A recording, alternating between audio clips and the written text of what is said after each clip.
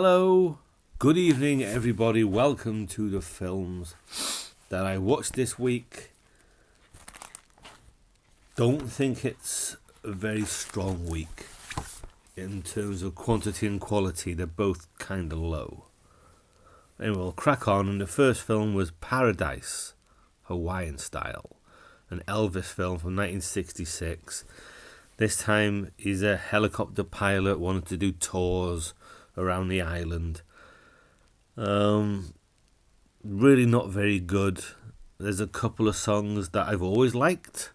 When you look at the quality of the songs he's forced to sing in this to the songs that he was singing when he first came on the scene, it's like, man, he can't have enjoyed singing this shit.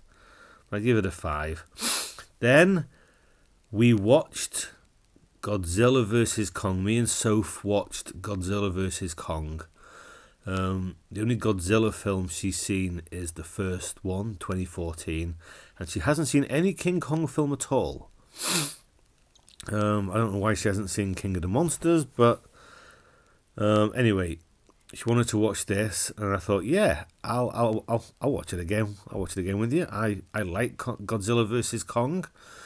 I give it a 7 out of 10. Don't care for the people, apart from that little kid, that deaf girl who talks to Kong. She has more emotion than anyone else. And you got Millie Bobby Brown and her group running around being annoying as fuck. I don't care for them. But she liked the people more than me. But, you know, Godzilla vs. Kong, I like it. So she's seen this one, and I felt like watching it again. So I went back and I watched Godzilla. I've seen that a couple of times. And I give this one a 7 as well. I like it. I've always liked it. There's not much of Godzilla in it. I get that. I know what he was trying to do with the film. You get plenty of Godzilla in other films. But a little bit more of him in this would have been nice. He hasn't got to be in every scene. Just give us a little bit more. But the stuff when he's fighting the Mutos, I like it. I've always liked it. I give that one a 7. Then a film from 1951 called The Red Badge of Courage. I think it's based off a book, but set in the American Civil War. And Audie Murphy is a soldier. We follow him. He's struggling with his bravery, with fear, with cowardice, and he's got to overcome all this to be a soldier. And I give it a 6. It was interesting. I wouldn't say it was anything great, but it also wasn't dreadful. Then, from 2014, The Water Diviner, starring Russell Crowe. Set after World War One. A lot of it's, I think, filmed or set in Turkey. So you have that Turkish feel and vibe to the film. Olga Kurylenko was in this. Surprised me she was in it. He doesn't do much divining, but I give it a 7 out of 10. I quite liked it. A solidly made film, I thought. And not bad at all. Unlike this film, which is Antlers. 2021, well, we call it a horror or psychological horror film. But it started off all right. And then as it went on, I lost interest. And I lost more interest. And I gave it a 4 in the end. When you see the creature, if you didn't know that it was produced by Guillermo del Toro, then looking at this creature towards the end, you think, that looks like a Guillermo del Toro character.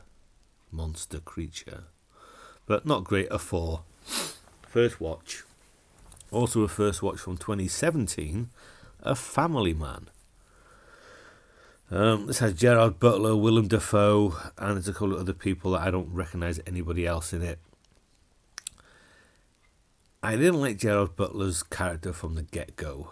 And as we move through the film and then, I don't know, maybe a little bit less than halfway in, his son gets leukemia. And because his son's got a room to himself, his own TV and everything, the Gerard Butler character says, I got to get myself some leukemia. Like, who the fuck says that? But there's one scene when the kid's in bed and his little sister comes in and crawls on top and then lies by the side and puts her arm round him. Yeah, I was a little bit teary-eyed by that. That was a nice touch. But you've seen similar films to this. You know, a father, due to work, hasn't got enough time for his family. You've seen it in Hook. You've seen it in Jingle All the Way. The father consumed by work that he misses everything. And it was on course for like a 5. But then towards the end, I thought, you know what? It was enough there for a 6. That was the first watch as well. And then the last thing, after me and Soph watched Godzilla vs. Kong, I said to her, you know what? We watch a film later on in the week. It'll be a right treat for you. You won't know what you're watching. So I showed her King Kong vs. Godzilla. A film that I have never really liked. Godzilla doesn't look bad. A man in a suit doesn't look bad. King Kong looks fucking horrible. Did they make no effort to disguise there was a man in a suit? He walked like a man. He moves like a man. At no point does he even try and walk on all fours. And it spoils it. And then when they're fighting, the pair of them, Kong will throw a rock at Godzilla, then they'll both stand there going... I'm thinking, what are you doing? And Kong's arms look too small for his body. The next minute look too long for his body. You see him on the horizon walk. It's like, what the fuck walks like that? But the first time she saw Kong, she laughed and said she had a more convincing gorillagram for her 30th birthday, which I thought was rather funny. And it's just not very good. But despite all that, when they were fighting, the second time towards the end, I kind of couldn't stop looking. So a 5. I give it a 5. I don't hate it, but I give it a 5. I don't think she liked it at all. Not at all. And this is the first time she's seen King Kong not CGI. So, yeah. She didn't like it. But that's Godzilla. It's got 1962. It is what it is. So that's it. That's everything I watched this week. And I'll be back again next week to do it all over again.